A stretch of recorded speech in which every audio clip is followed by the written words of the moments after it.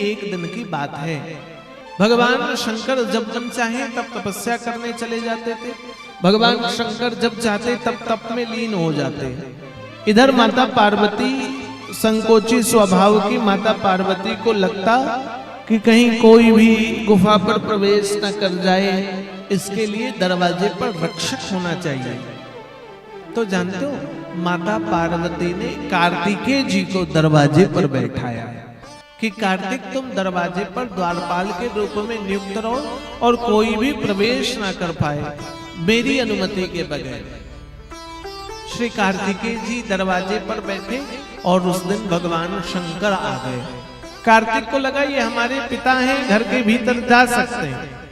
तो जानते हो श्री कार्तिकेय जी ने भगवान शंकर को जाने दिया। और जब शंकर को जाने दिया तो माता पार्वती को क्रोध आ गया।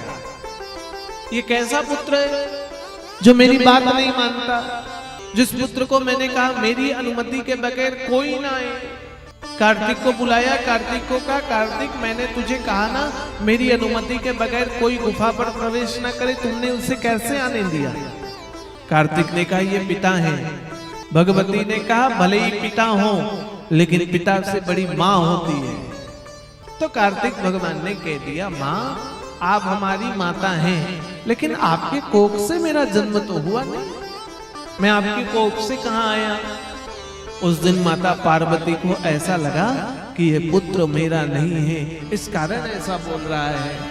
यदि ये मेरे कोख से जन्म लेता तो मेरी बात की अवहेलना न करता। और पार्वती के मन पर कष्ट हुआ। माता पार्वती ने आज कार्तिकेय को डांट दिया, तू पुत्र है कैसा, माता पिता की आज्ञा नहीं मानता, अवहेलना करता है, तेरे मन में ऐसे विचार क्यों आए।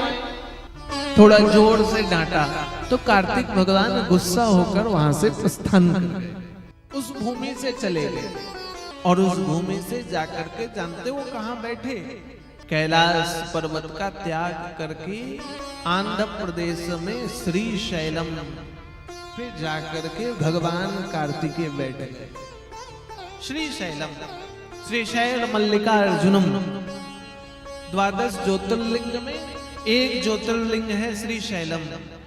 आप लोगों को द्वादश ज्योतिर्लिंग की महिमा कथा तो सुनाऊंगा ही। श्री शैल मल्लिकार्जुन, कार्तिक भगवान वहां जाकर बैठे। और मल्लिकार्जुन में कार्तिक महीने पर बड़ा मेला लगता है। श्री शैलम में आद्यगुरु शंकराचार्य भगवान की तपोभूमि है। श्री शंकराचार्य भगवान ने वहां तप किया है।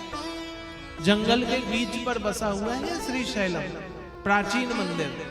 हमारे उत्तर भारत के जो मंदिर है ना, उनमें तो हमने आधुनिकता को ले आया, लाइट है, चमक है, चकाचौंध है। लेकिन दक्षिण भारत के मंदिरों पर गर्भगृह पर दीपक जलता है। दक्षिण के मंदिर यदि आप गए हो और नहीं गए तो जब जाना तो देखना दक्षिण भारत के मंदिरों पर दीप जलता है। कार्तिक भगवान नाराज हो गए तो माता पार्वती को लगा मुझे पुत्र होना चाहिए। किसको बनाए पुत्र, तो माता पार्वती ने आज निश्चय किया। और जानते हो माता पार्वती ने गणों के ईश का वंदन किया, गणपति का वंदन किया।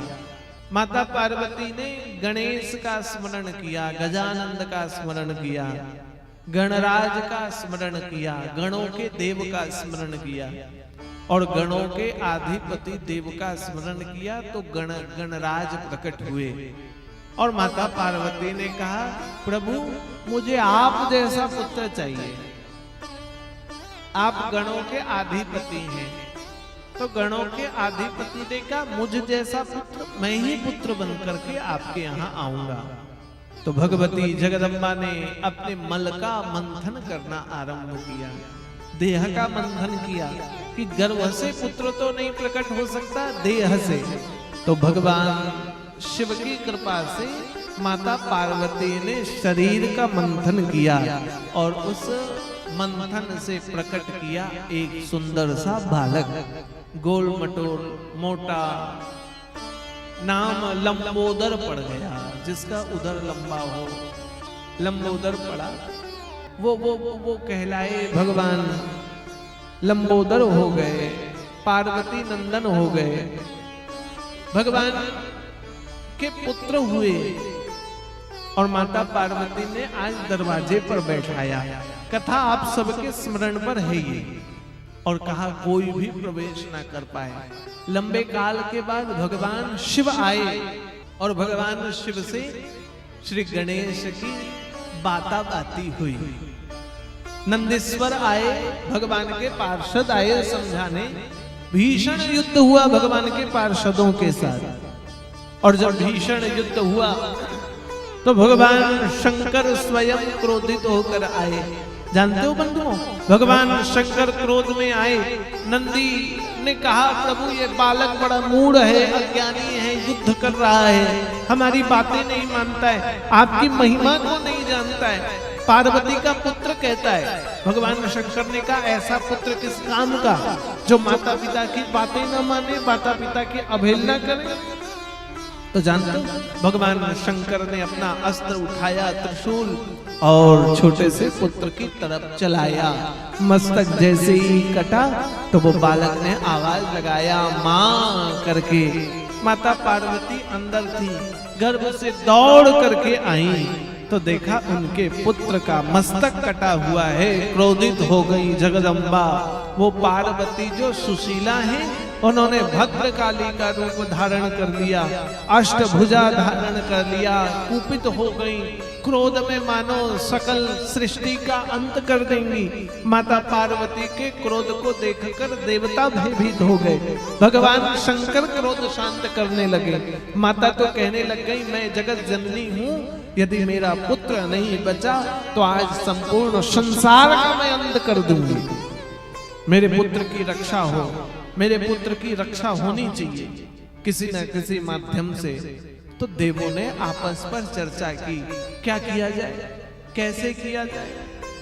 लक्ष्मी गई पार्वती के सम्मुख और पार्वती से कहने लग गई माता लक्ष्मी मुझे भी इस कष्ट को मैं समझ सकती हूँ, माता होने के नाते पुत्र का मोह क्या होता है। पहले दिन मुझे महेंद्र जी पूछ रहे थे कि कई स्थानों पर गौरी गणेश और कई स्थानों पर लक्ष्मी गणेश, ऐसा क्यों? कई स्थानों पर पूजन होता है गौरी गणेश का और कई स्थानों श्री लक्ष्मी गणेश। कारण यही कारण है, ध्यान देकर सुनो। कई स्थान पर गणेश पार्वती जी के साथ है और कई स्थानों पर गणेश मां लक्ष्मी के साथ। माता है लक्ष्मी, जन्म नहीं दिया लेकिन मां बनेंगी अब लक्ष्मी भी। लक्ष्मी ने कहा अपने नारायण से कि ये पुत्र बालक था, देव कल्याणार्थ था। एक पुत्र हुआ कार्तिकेय, वो पुत्र हम देवों के छल के कारण गंगा के पास पहुंच गया। मैं भी ममता, मैं जानती हूँ ममता क्या होती है, इसलिए हे नारायण आप कृपा करो, कोई ऐसी व्यवस्था बनाओ। आप पालन करता हो, आप जगत का पालन करते हो, इसलिए आप कुछ ऐसा करो जिससे ये बालक जीवित हो जाए। भगवान शंकर ने कहा देखो विष्णु, जिस बालक का अंत मेरे त्रिशूल से हो रखा है उसके मस्तक को अब अमृत डालने पर भी जीवित नहीं किया जा सकता। वो मस्तक जीवित नहीं हो सकता, किया क्या जाए? तो भगवान विष्णु ने कहा मैं दक्षिण दिशा की तरफ जाता हूं और दक्षिण दिशा की तरफ जा करके मैं देखता हूं जो माता अपने बालक की पीठ करके लेटी हो, जो माता अपने बालक से विमुख हो रखी हो, मां अपने बालक की तरफ न देख रही हो, उस बालक का मस्तक काटकर सूर्योदय सूर्यास्त से पूर्व लेकर आता हूं। मां हमेशा अपने बालक की तरफ मुंह करती है, मां हमेशा अपने बालक के मुख को देखती है। लेकिन जब भगवान विष्णु का चक्र चला तो जानते हो एक माता वो हथनी अपने बेटे की पीठ करके लेटी है, पीठ करके लेटी हथनी। भगवान का सुदर्शन चला, हथनी के बालक का मस्तक कटा, आ गया हथनी के बालक का मस्तक। भगवान शिव ने जोड़ दिया मस्तक। चंद्रमा के पास अमृत कुंभ था। जब भगवान मोहिनी रूप धारण किए तो राहु को काटने के लिए हाथ पर सुदर्शन का आवाहन किया, तो अमृत चंद्रमा को दे दिया। इसलिए चंद्रमा का एक नाम सोम है। सोम, चंद्रमा का एक नाम सोम। और आपको जानते हो, वर्ष में एक त्योहार आता है जिस त्योहार पर हम खीर बनाते हैं, और उस त्योहार पर खीर बना करके हम खुली छत पर रखते हैं। वो तिथि हुई शरद पूर्णिमा। शरद पूर्णिमा, उस दिन भगवान शंकर ने चंद्रमा को अमृत पकड़ा दिया था। चंद्रमा लो, मैं राहु का वध करूंगा, और मोहिनी रूप धारण करके भगवान ने सुदर्शन चलाया। तब चंद्रमा लेकर भगे, राहु पीछे पड़ा और दौड़ करके भगवान शंकर की गोद पर नहीं, माथे पर जाकर बैठ गए। जानते गोद पर रहूंगा तो नीचे उतारा जा सकता हूं, माथे पर बैठ जाओ। और चंद्रमा भगवान के मस्तक पर जाकर बैठा। अमृत कुंभ भगवान शंकर के मस्तक पर चंद्रमा लिए है। चंद्रमा को कहा तो वो माथे से उतरा चंद्रमा, और चंद्रमा ने हाथी के मस्तक पर अमृत डाल दिया। भगवान शिव की कृपा से आज हाथी का मस्तक जीवित हो गया। लेकिन माता पार्वती दुखी हो गई। जगदम्बा ने कहा कि मैं जगत जननी हूं, जगदम्बा हूं, मैं मां हूं। एक मां दूसरे मां के जीवन पर कष्ट देकर के प्रसन्न नहीं रह सकती है। विचार करने की बात है। शिव पुराण में स्वयं माता पार्वती इस बात को कह रही। व्यास जी ने लिखा कि पार्वती कहती है कि एक मां दूसरे मां को कष्ट देकर के अपने पुत्र की रक्षा करना चाहे, वो मां नहीं होती है। मेरा पुत्र मारा गया, मेरे पुत्र का मस्तक कटा, इसका मतलब ये नहीं कि अपने पुत्र को जीवित करने के लिए किसी दूसरे माँ के पुत्र का मस्तक काट दूं मैं। नहीं देव, ऐसा नहीं होना चाहिए। बंधुओं, क्षमा करना मुझे, हमारी संस्कृति नहीं कहती है किसी का वध हो। पता नहीं ये वध और बलि प्रथा कहां से चल पड़ी, किसने आरंभ की, क्यों आरंभ किया। स्वयं भद्रकाली ने भी यदि मस्तक काटा तो वो रक्त बीज का, रक्त बीज राक्षस था, उसका रक्त गिरता था जमीन पर तो उतने रक्त बीज प्रकट होते थे। तो भगवती काली ने रक्त बीज का रक्तपान करना आरंभ किया। लोगों ने कह दिया काली तो खून पीती है, माँ काली रक्त पीती है। नहीं, जो रक्त बीज होता है उसका रक्त पीती है, हम रक्त बीज नहीं है ना। माता पार्वती कहती मैं दूसरे पुत्र को नहीं मार सकती, उस माता को दुखी नहीं रह सकती। और बंधुओं, हम लोग पता नहीं माता के नाम पर बलि चढ़ाए चले चल रहे हैं। कोई बैल काट देता है, कोई भैंस काटता है, कोई बकरी काटता है, कोई खस्सी काटता है, कोई बकरा काटता है, कोई मुर्गा और बतख काटता है। और कहा हमने भगवान को प्रसाद चढ़ा। और बड़े आश्चर्य की बात, आप स्वयं स्वीकार करोगे, जहां माता भगवती बैठती हैं उस गर्भगृह में कभी नहीं कटता। कहां कटा बलि? बाहर। जो माता की पूजा कर रहा है वो ब्राह्मण नहीं काटता, कोई काटने वाला लगाता है और कटता है। हमने कहा प्रसाद है और फिर बनता है। भगवती ने तो नहीं खाया, हम अपने स्वाद के लिए उसको खा लिए। हम खा ले আমরা আমার জন্য মুখে স্বাদের জন্য ভালো লাগছে, इस कारण से ये कुप्रथा चली। बंधु, ये सत्य है, ये हमारी संस्कृति की प्रथा नहीं है बलि, ये कुप्रथा है, कुव्यवस्था है। होली आई तो होली में चला। होली हमने क्यों मनाई? होली का उत्सव क्यों हुआ? होलिका का दहन हुआ।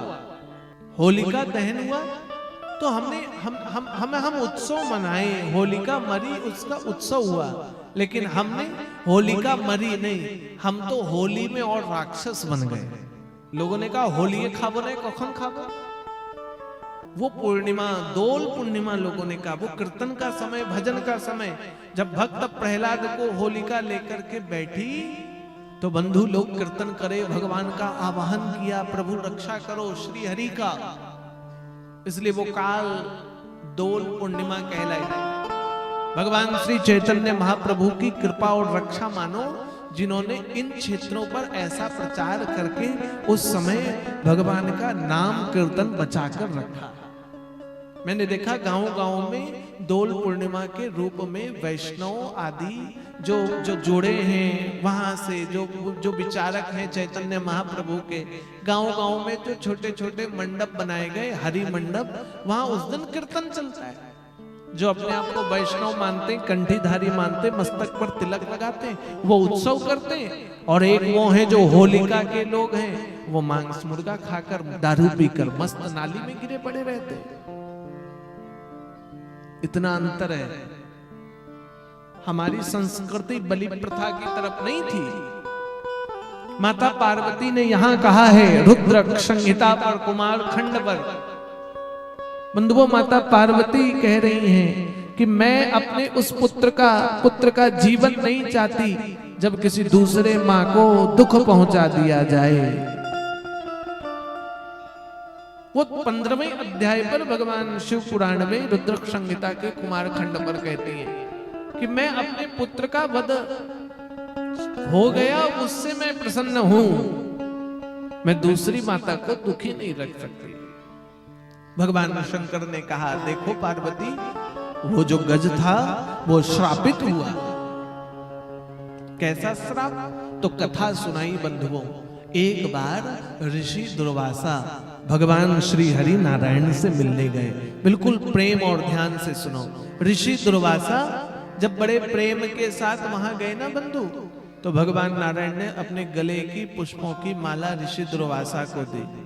ऋषि दुर्वासा ने उस पुष्प की माला ली और तो ऋषि दुर्वासा ने गज को श्राप दिया, इंद्र को श्राप दिया, विष्णुपति का माला का अपमान किया, तेरी लक्ष्मी चली जाएगी, श्रीहीन हो जाएगा, तेरा राज्य चला जाएगा।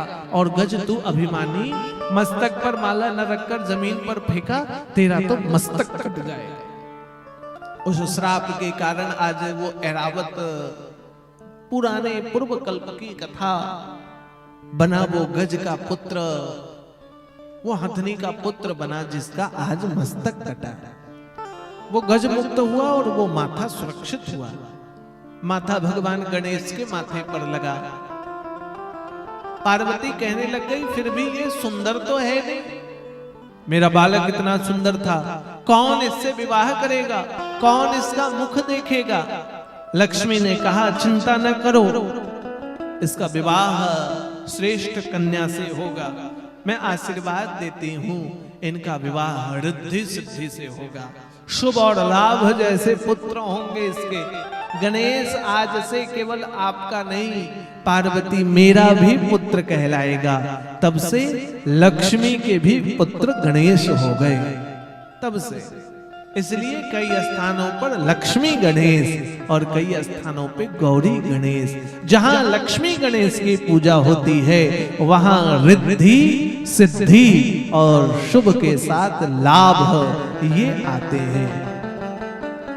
इसलिए व्यापारी, रोजगार करने वाले, व्यापार करने वाले दुकान पर गौरी गणेश नहीं, लक्ष्मी गणेश, रिद्धि सिद्धि शुभ लाभ की कामना, वहां लक्ष्मी गणेश उपासना है, वहां लक्ष्मी गणेश की पूजा की गई।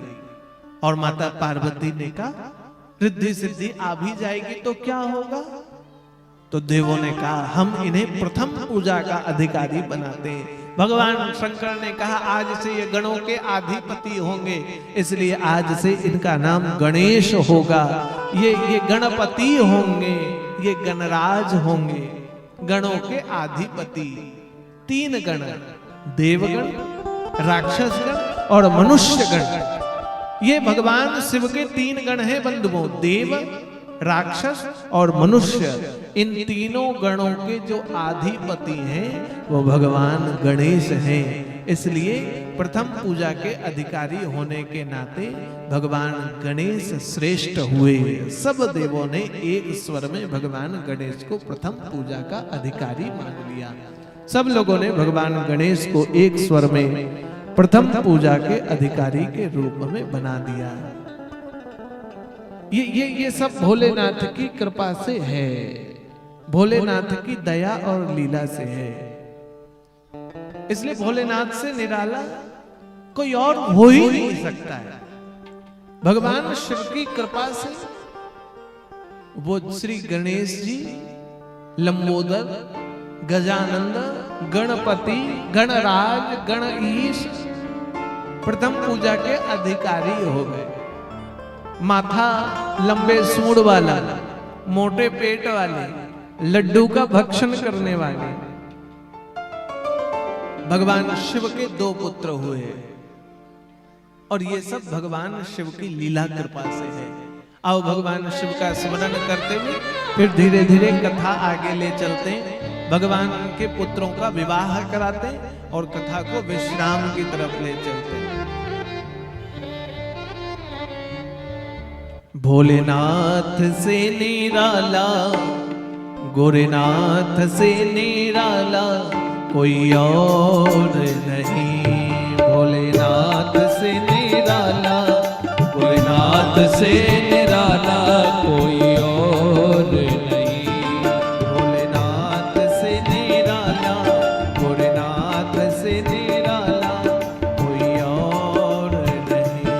भोलेनाथ से निराला, गोरेनाथ से निराला कोई और नहीं। ऐसा बिगड़ी बनाने वाला और नहीं। ऐसा बिगड़ी बनाने वाला और नहीं। भोलेनाथ से निराला, भोलेनाथ से निराला कोई और नहीं। भोलेनाथ से निराला, भोलेनाथ से निराला कोई और नहीं।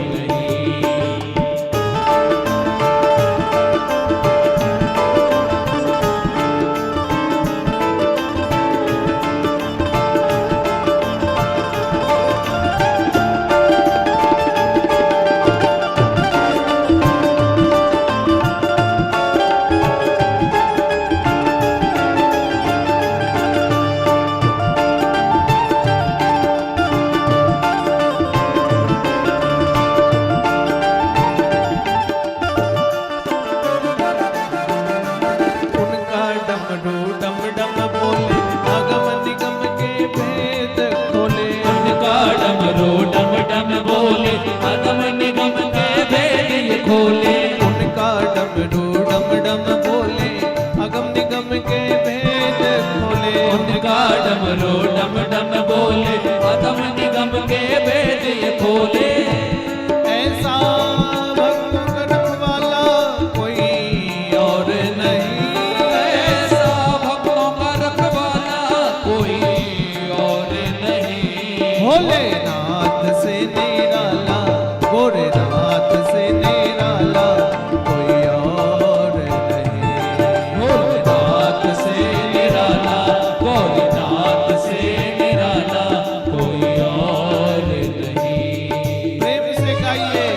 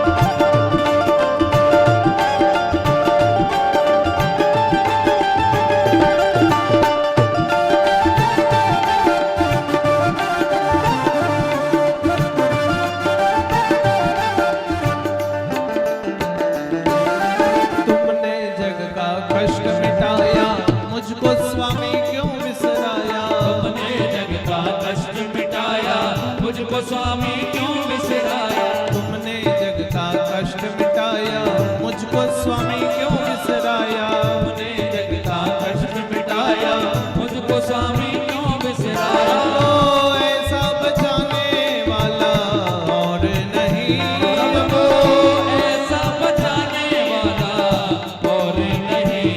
भोलेनाथ से निराला, भोलेनाथ से निराला कोई और नहीं।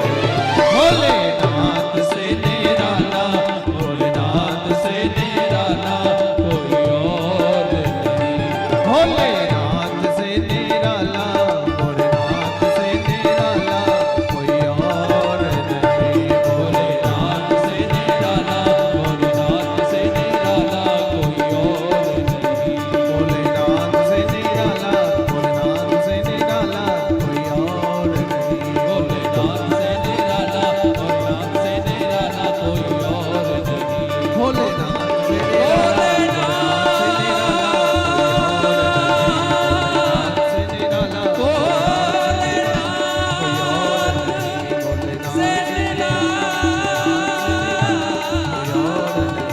कोई और नहीं। भोलेनाथ से निराला कोई और नहीं। बोलिए शंकर भगवान की भगवान शंकर से निराला कौन हो सकता है। आज भगवान शंकर माता पार्वती, गणेश और बड़े पुत्र कार्तिकेय के साथ बैठ गए। जानते हो इनकी आयु धीरे धीरे बढ़ी और माता पार्वती को बड़ी चिंता हो गई। किस बात की चिंता? इस बात की हुई कि हमारे बच्चों की शादी कैसे होगी। भगवान शंकर को एक दिन जाकर कहने लगे कि मेरे बेटे की शादी, प्रभु पहले गणेश की शादी करवा दो। भगवान शंकर ने कहा गणेश छोटा है, पहले कार्तिक की शादी होनी चाहिए। और पहले कार्तिकेय की शादी। माता पार्वती कहती हैं कि देखो कार्तिक की शादी तो हो ही जाएगी, दिखने में सुंदर है, गोल मटोल है, पवित्र है। गणेश मोटा तगड़ा है, लंबी सूंड है।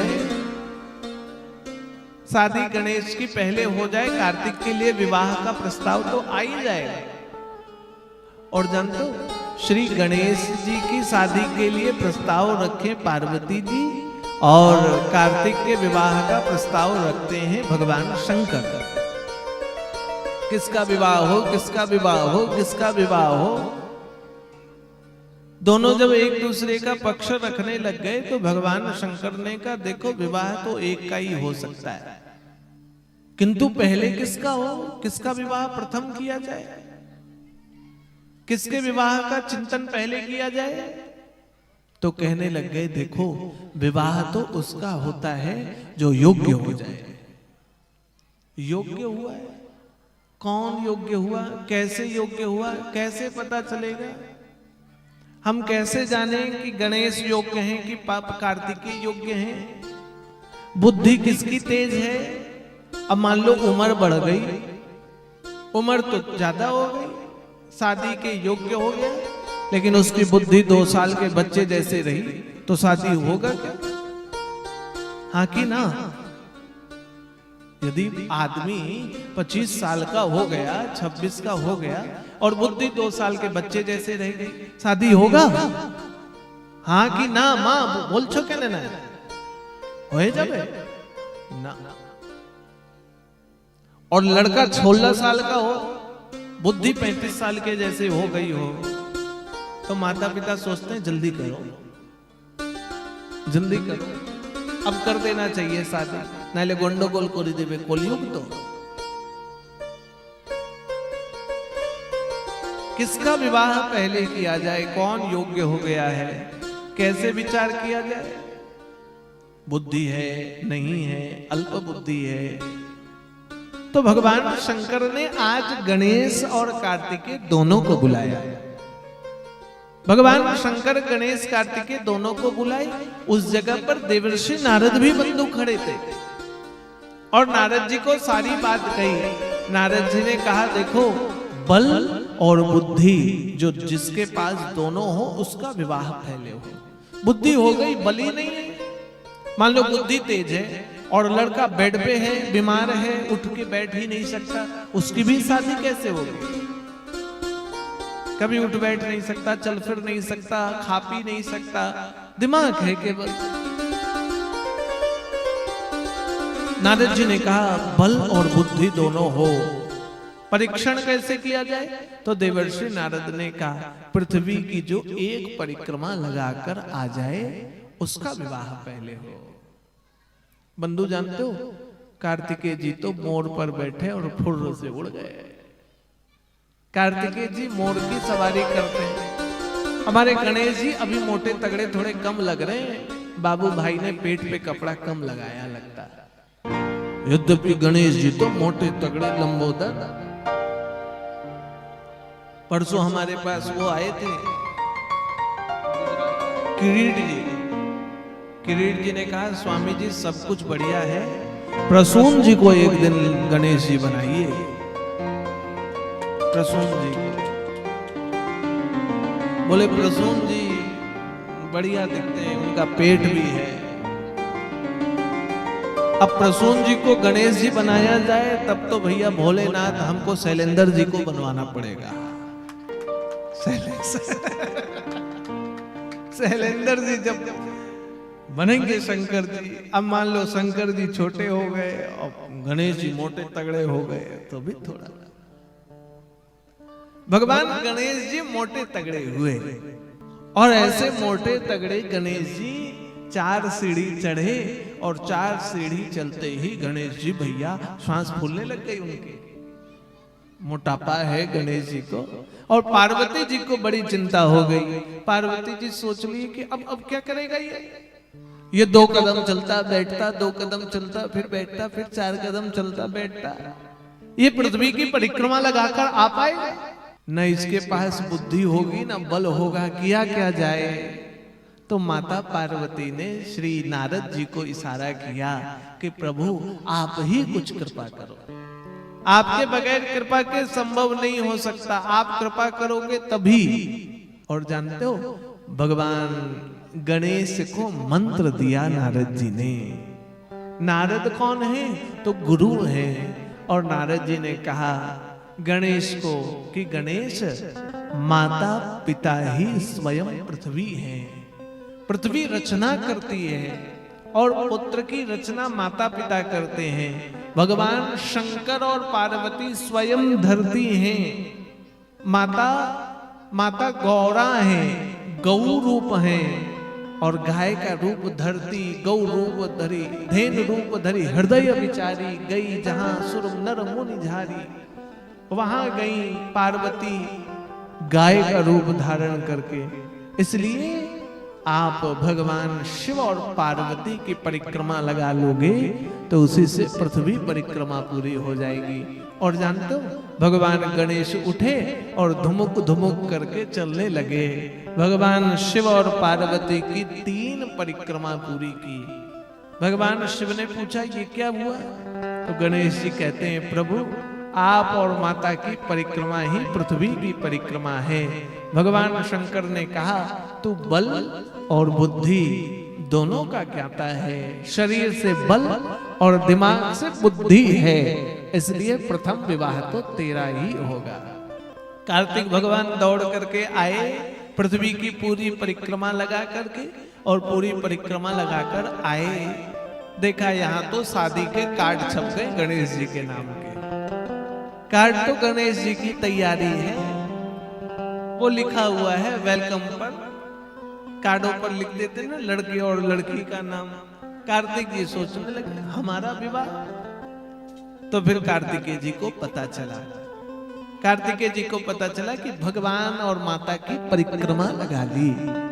बंधुओं भगवान की ये कथा ये दीक्षा और शिक्षा दे रही है कि माता पिता कितने योग्य होते हैं। माता पिता माता पिता का सम्मान जो स्वयं भगवान करते हैं, भगवान राम करते हैं, भगवान गणेश करते हैं, उनकी परिक्रमा लगा रहे हैं। भगवान राम तो प्रातःकाल उठ के रघुनाथा मात पिता गुरु नामई माता, और भगवान गणेश माता पिता की परिक्रमा लगाते हैं।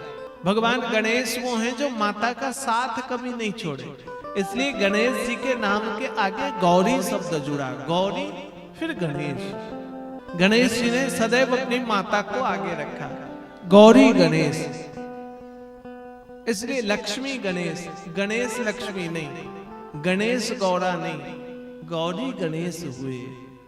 माता की परिक्रमा लगाई तो आज रिद्धि और सिद्धि का विवाह भगवान गणेश के साथ हुआ, और जब रिद्धि सिद्धि का विवाह हुआ तो 2 पुत्र हुए भगवान गणेश को रिद्धि सिद्धि से, शुभ और लाभ माता लक्ष्मी के आशीष से, वरदान लक्ष्मी जी ने दिया।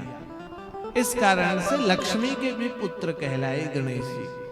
ऐसा सुंदर विवाह हुआ भगवान के यहाँ, भगवान शंकर के यहाँ अब बहू और फिर छोटे छोटे नाती पोते भी हो गए। लोगों को चिंता यही होती हमारे बेटे की शादी, और शादी के बाद फिर पुत्र पौत्र भी हो जाए। भगवान शिव बाबा बन गए, इसलिए जगत के बाबा हो गए।